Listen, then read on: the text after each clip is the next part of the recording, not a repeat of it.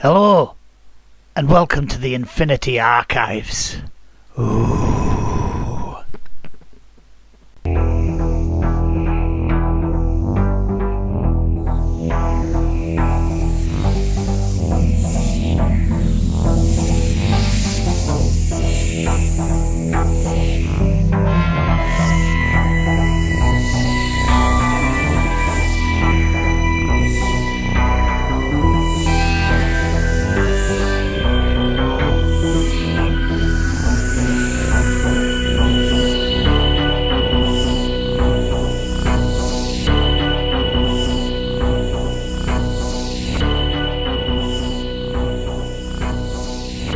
Good evening, afternoon, morning, delete as applicable. This is the Infinity Archives with me and him.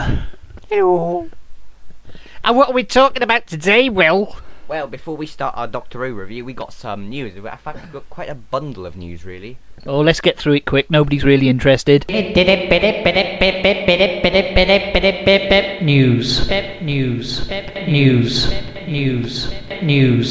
News. Well, quite a lot of merchandise, really, and events. But, so the first thing is the BBC, the CBBC website. They've got a new Doctor Who game out. And it's the Doctor and the Dalek, and it's basically a code sort of game where you got to input the Dalek to do different things. It's a bit hard for me. It's easy. I've completed it all. Okay. The Siege mode, which could be seen in Flatline, is being made into a paperweight, like I said when it was on, for the price of about 50 quid. Catching! The Seventh Doctor's umbrella. So now you can be protected from the rain in a strange way. And you can also use it to drag people off while saying, "Yes." Or slide down whichever cliff you like. Steady. No, well, don't do that. It's a bit dangerous. Anyway, what's next? A Christmas Carol soundtrack is being released on a vinyl. Not entirely sure why. Well, there are lots of record collectors on there, and music does sound better on vinyl, because if you're an old toad like me, you'll know that that's true. Okay. And the DVD box set of Series 8, they're calling it a fan event for it. I'm not entirely sure why. It's a fan something.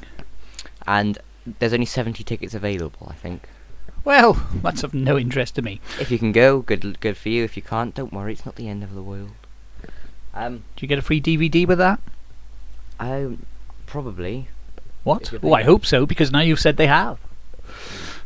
There's a statement and everything. The BBC have announced a special fan event to be held in London and hosted by Frank Skinner, which will take place on Monday the 17th of November to mark the release of Series 8 DVD and Blu-ray set.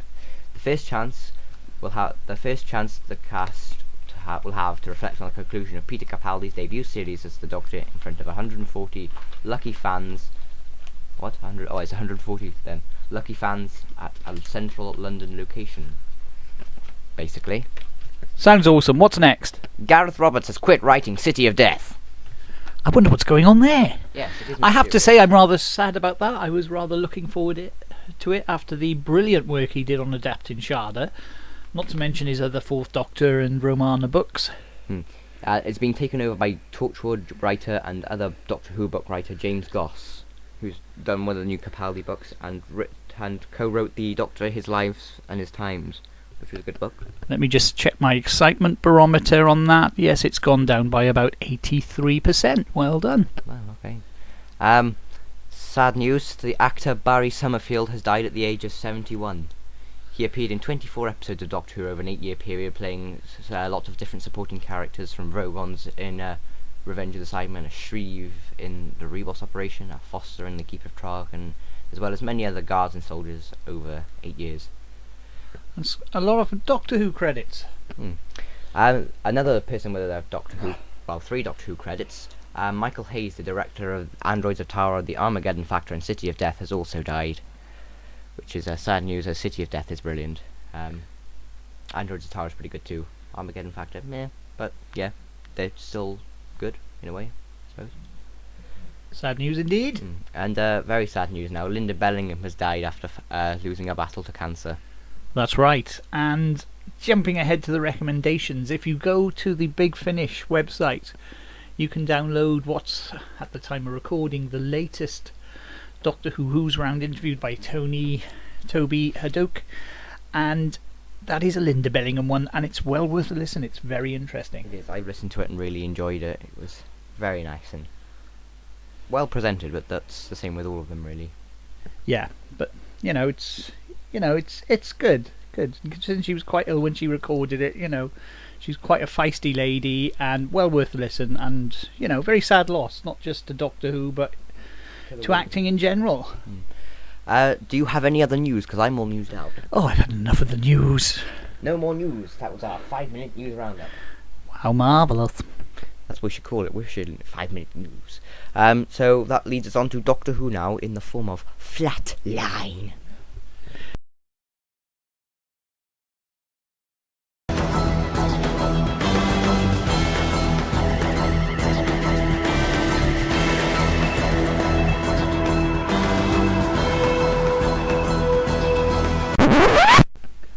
So, Will, my little portreeve, what did you think of Flatline? Did it leave you feeling flat? No, it really didn't. This has been the first episode since The Caretaker which I sat through and really enjoyed. I thought it was great that Clara was... I know I've had a problem with Clara all season, but this time she had a reason. Well, not so much reason, but... What problem with Clara? That she's been overshadowing the Doctor the whole time. I see. But in this episode she was given a reason to sort of overshadow him, with him being trapped in the box, and I enjoyed the story, and I just thought the guest cast were great, and I really enjoyed it. Yeah, it's been top 3 of the season, I reckon. It was good. It was a good, solid story. To be honest, there was something missing for me. I can't quite put my finger on it, to be honest. I can't sort of say, oh, well, it was because of this or because of that. It was just something that didn't quite gel. I don't know what it was. I like the idea of it. I like the 2D aliens. Performances, as usual, were brilliant. Some really good lines. I could have done without the phone conversation while they were hanging on the swing chair being attacked by the boneless. That was a bit... Daft? Yeah, not really, just didn't really sort of fit the mood of the episode, I thought. But I thought, no, it was quite good. When the boneless sort of went into sort of 3D, I thought that was quite an effective effect. All the effects were good in this, I think, because they managed to blend in.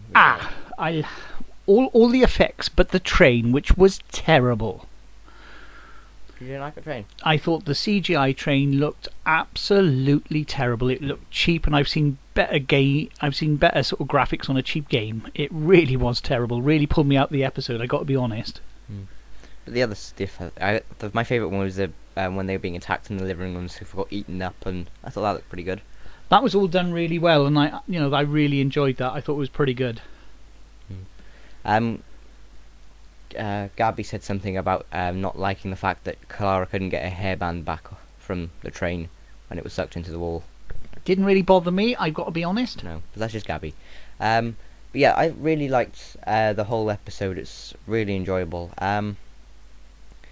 The fact that it's another thing that we see every day, and it could be like an alien menace, like statues and shadows, and now we got graffiti.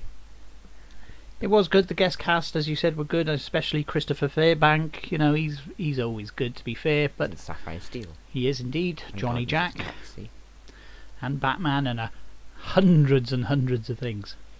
And Jovian Wade, the guy who played Clara's companion, what's his name, Rigsy. I've seen him somewhere, but I can't think where. I'm going to have to Wikipedia him later. Okie dokie. But yeah, good idea. Like I said, there was just something missing for me, so it didn't quite sort of hit the heights of brilliance, but it was a solid episode for this series. Best moment? Best moment, well, that's easy. I mean, that's the end bit with sort of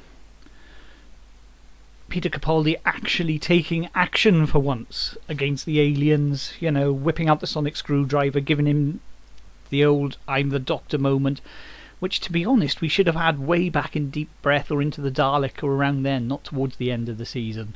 That should have been in Deep Breath when he defeats or convinces the robot to throw himself out. And I thought, we had a flash there of perhaps the Doctor that, he could be the more sort of avuncular, the more sort of heroic Doctor. Worst moment, the train? Would you say the train? Yeah, I have to say the CGI train really pulled me out of the story. for me, best moment, like you said, the bit with the Doctor, and because it just felt like the Doctor that we'd been missing, really, for the whole season. The fact that he wasn't there, and it was someone else, like an intruder sort of thing.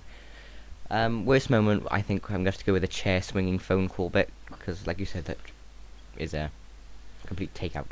And of course we have Missy with her iPhone pod type thing, pad. Yeah, and a case as well. A case on it, so she's obviously very careful not to drop it as well. So, what are your theories there? But she's just got an iPad. K9. Oh God, I said K9 then. Why has she chosen Clara then? What's that all about?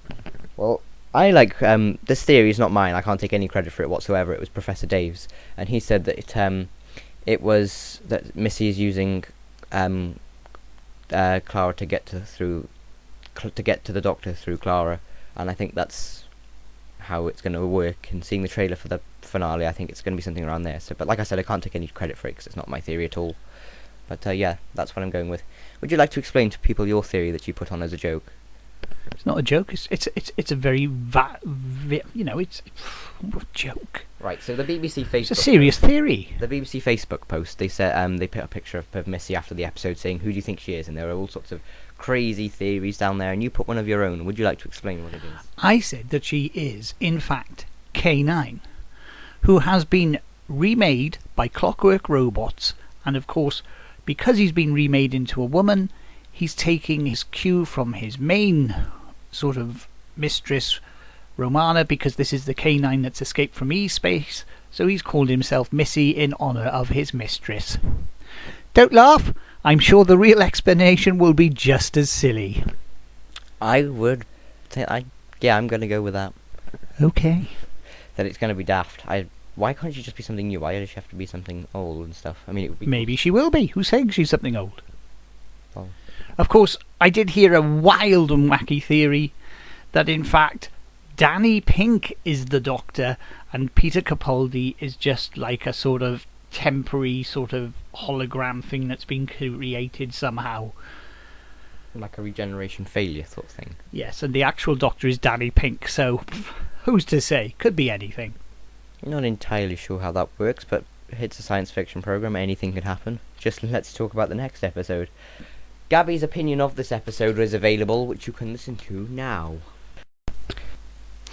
So I'm sitting here with Gabby, who's going to be reviewing Flatline, because she hasn't seen In the Forest of the Night just yet, but she will have by next week, so she'll be reviewing 3, so that'll be a treat for you. But for the minute, we've got to hear her review of Flatline. So, Gabby, what did you think? I think Flatline is really good. Why? Because Clara pretending to be the Doctor was really good, and the TARDIS being in her handbag the whole episode. And the Doctor is trapped inside the TARDIS. So did you like that then? Yeah. And when the TARDIS is small, but it's bigger on the outside. No, bigger in the inside. Mm-hmm. And when it gets about down to like a Rubik's Cube, that's really good. Ah. You know, you can buy one of them. Really? Yeah, one of the TARDISes when it's a cube. Would you like to have one of them? Yeah. Where have you got 50 quid? Yeah. But would you want to pay 50 quid for one? Yeah. Okay, obviously that's... So yeah. Was there anything you didn't like about Flatline though? Yeah, there was one thing I didn't like about Flatline. What was that? It was them the bus going into the wall. The train. Yeah. Why didn't you like that? Because the train goes into the wall. Mm-hmm. Chloe's headband goes into the wall. So she couldn't get that back, and I didn't like that part. So you didn't like the hairband dying? No. Oh. Well, thanks for that, Gabs. So next week you'll be reviewing In the Forest of the Night, Dark Water and Death in Heaven. Yeah. The last 3. Yep. What do you think of them? What do you think do you think they look good? Yeah. And I'm not going to read any more of that book saying everything about the next episode. But I'm going to read about last night's episode. Okay. See you next week, Gabs. Bye-bye. In the forest of the night. Pretty sure there's a song about that, isn't there? It's a poem. Ah, I see. Written by Frank Cottrell Boyce. No, I'm pretty sure it's William Blake. No, the episode. Ah. So these trees have taken over the planet, basically, and grown all overnight. And the Doctor is there trying to solve it while Clara and Danny are with their gifted and talented... Can I just say something about the gifted and talented group?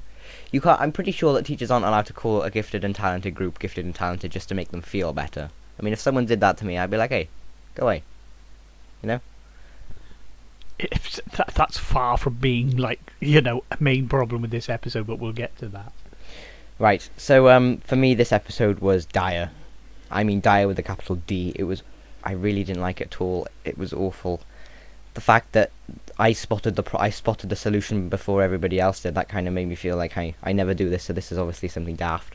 Yeah, these flame retardant trees are stopping the earth from being roasted like a marshmallow from a solar flare. What? This makes no sense. But yeah, I really didn't like this one at all. And the fact that the Doctor said it's that way and didn't help a little girl when she was lost was just not something the Doctor he would do. It's just him being grumpy again. And yeah, and the fact that you can distract a tiger using a torch, and it's like, surely that's gonna make it go, fish, like, human looks tasty over there, I'm gonna eat him. No one else think that?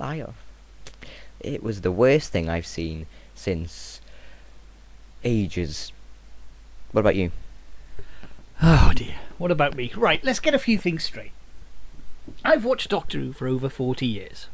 Since 79 has probably been my favourite thing ever. But this, you know, I've got to be honest, you know, I've said it before, I'm trying so desperately not to be negative and not to be sort of bring it on a downer. But I haven't really been on board since Moffat took over, but this last series has really sort of stretched my patience. And I've got to say that this episode last night was just... I mean, okay, let's start at the start. Right, it starts off, you know, the little girl knocking on the TARDIS, I'm lost. And there's the Doctor sort of completely not caring. And that's not the Doctor. The Doctor is a heroic figure. Any of the other Doctors, even Hartnell at his grumpiest, even Colin Baker at his most alien, even Tom at his blinking most alien, none of them would have turned that little girl away, I don't think. You know, they would have all helped her. And this isn't Doctor Who. You know, I know they want to make him spiky. I know they want to make him different from Matt Smith. I know I've said all this before, but it's, for me personally, this interpretation of the Doctor just isn't working. And I think it's a real shame because Peter Capaldi is such a good actor that, you know, if he was, I hate to say it, a more traditional Doctor, it would be fantastic. Now we move on to the plot. Now, come on. Which museum, let alone the National Museum of London, lets kids stay over on a sleep-in? I mean, that to me is just such a daft idea. And of course, you know, next morning they wake up, trees everywhere. Whole of London, whole of the world covered in trees. Now, this hasn't just happened overnight here, but it's happened in the daytime on the other half of the blinking hemisphere. You know, no one's been made aware of it. We see this great panoramic view of London. No helicopters or anything surveying the situation. Hardly any people about. You know, no noise, no panic. And it's just... I have a theory for that. Well, good for you. You said last night, why weren't there any helicopters surveying the area? Well, I thought if there are trees everywhere, surely they're going to have a bit of difficulty actually getting into the air. Maybe. But that's. But I think they, you know, they'd be able to sort of free at least a few of them.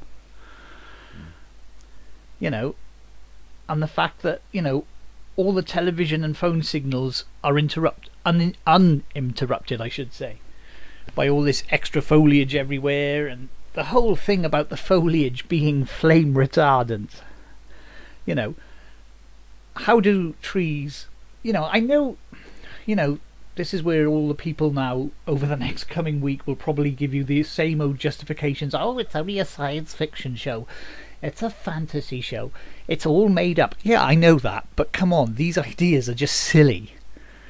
you know, and these are the same people, like I said before, who are absolutely tearing apart Rings of Akaten for having daft ideas last year, and yet now, because it's Peter Capaldi, everyone sort of seems to sort of just accept any daft idea they throw at us. If this were to be like a big Finish play, everybody would hate it. They'd be like, oh, this is the worst thing ever.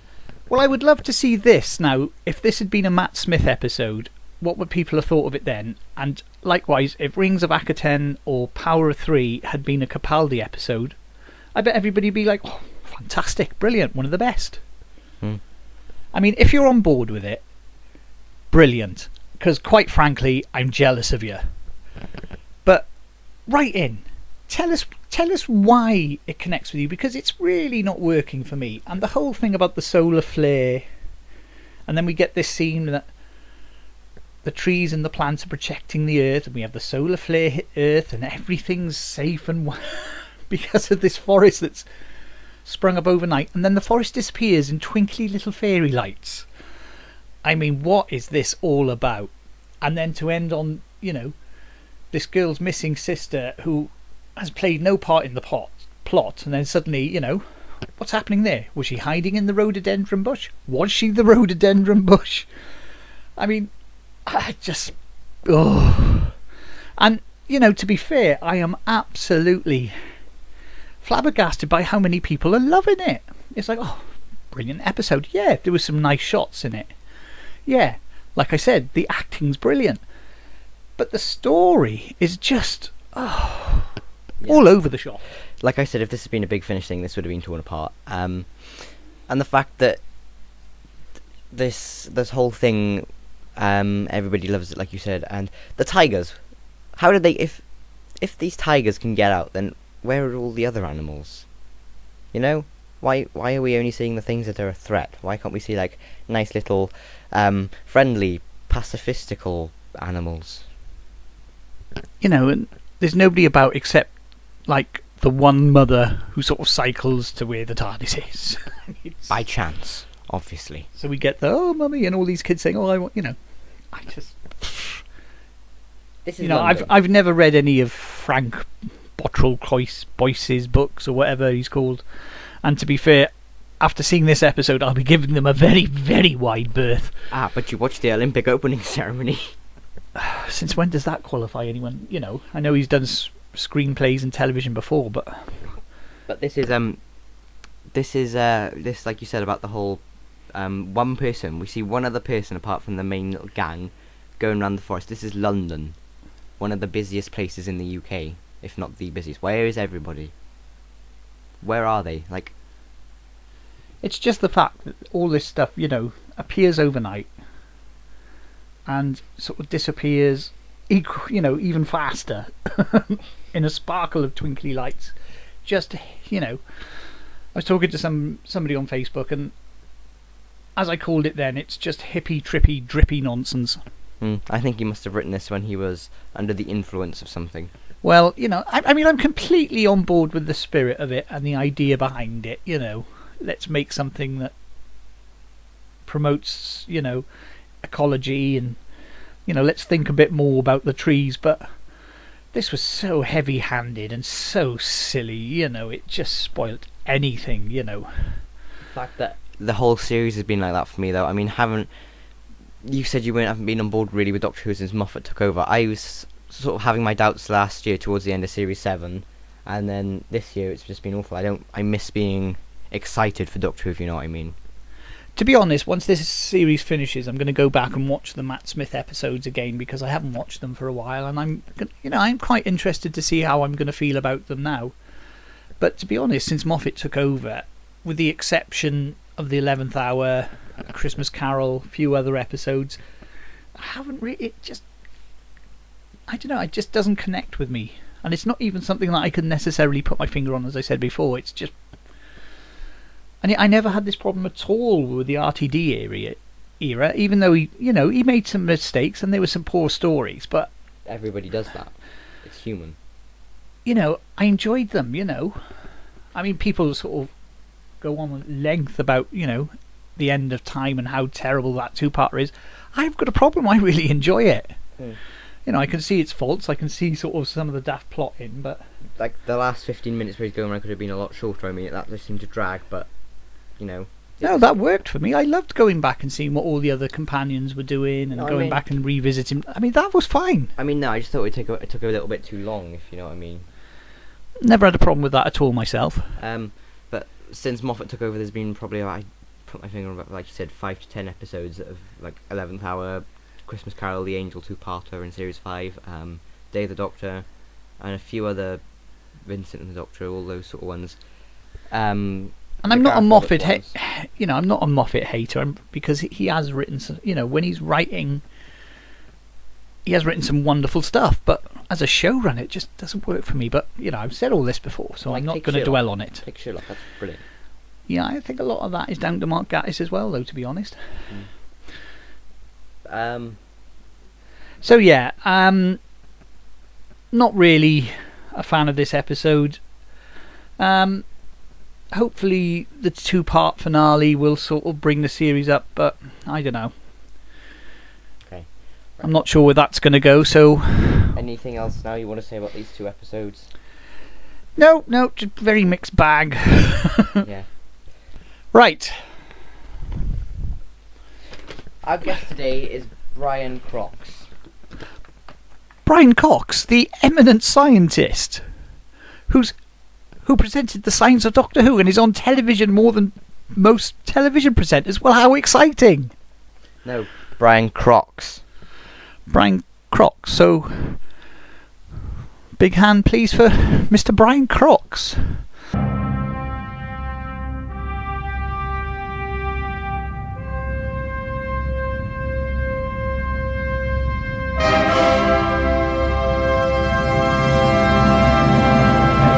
So, you're not the Brian Cox, the eminent scientist, television presenter and all-round science boffing.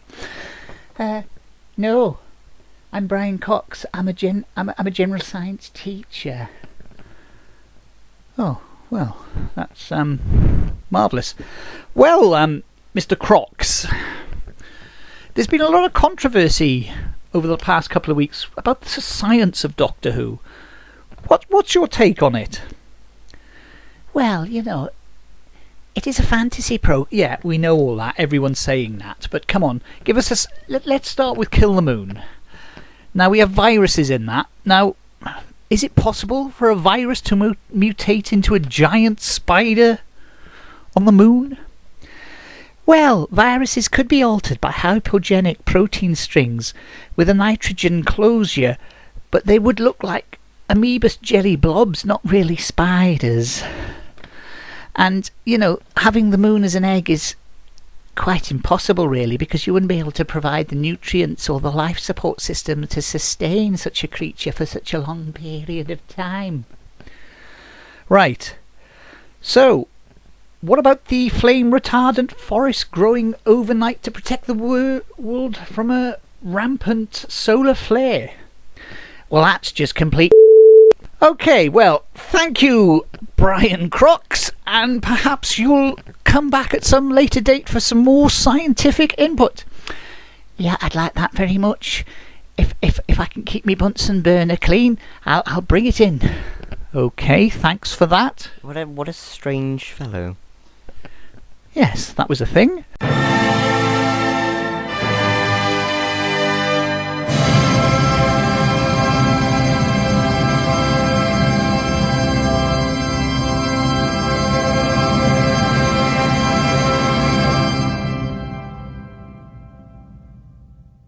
Anyway, what's next? Recommendations. Well, my recommendation would be, as I've said, check out not just the last Who's Round podcast from Big Finish, Toby Hadoke, which he interviews various people from Doctor Who, and they are fascinating listening, they really are. But I've also been listening to the audiobook of Blue Box Boy by Matthew Waterhouse, who played... And it's a really good listen. It's a really interesting read, and I thoroughly enjoyed it. So I'd say I'd probably recommend that. Yeah, it was interesting. I got that as my Audible credit for a month, and I had my suspicions and I had my doubts, but once I got into it, I thought this is really interesting, and I was expecting it to be longer. Yes, but it was good. I thoroughly enjoyed it. It's a very interesting way that he deals with the point of view from the Tom Baker to Peter Davison crossover, from his point of view, from someone who was actually there when it happened. So maybe give it a read or a listen. I think it's available in book form still, or audiobook. Have a look on Amazon or something, because it's interesting. And I think O'Dadrick's going through a bit of a renaissance, it seems. Yeah, and it's thoroughly interesting. My recommendation for this month, this podcast, is another audio source of entertainment, and those are the audios that have been repeated on the radio from Big Finish. They're the 4th season of the 8th Doctor Adventures, which have been repeated countless times, but they are good. My favourite so far, probably Relative Dimensions, which is literally a bottle episode inside the TARDIS with Susan, the 8th Doctor, Lucy, and Alex. And I think tonight they're doing the Dalek two-parter, which sees the demise of a certain character. A certain 2 characters, I should say. Spoilers. Yeah, well, they've been around for ages, and the events of that lead into the audio series Dark Eyes, which is great as well. Well, there we are. So, for another fortnight, as we wind our weary way down the spatial avenues, preparing for the excitement, confusion, and probably disappointment of the final 2-parter. Well, it's got Gemma Redgrave in, and Ingrid Oliver, who played the 2-unit people, who I love both. They're great. So maybe that should... And it's got Simon in, so if that adds to the plot and makes it better, I'll be positive. If it doesn't and they get underused, Simon? Cybermen. Cybermen. You said Simon. Speak up, boy. Sorry, I will speak up. But if they detract from the plot or are underused, I shall be furious. Well, it can't be any worse than that last one. So on that note, and that bombshell, we bid you adieu. Goodbye, my dears. You have been listening to the Infinity Archives featuring Will and Gareth Lloyd. No copyright infringement is intended, and we appreciate all comments, which you can email, tweet and Facebook to us. Or you can leave a comment on the blogs or on the YouTube page. You can download this episode on our SoundCloud stream, where this episode will feature for 4 weeks, and then you can listen on YouTube. See you in 2 weeks.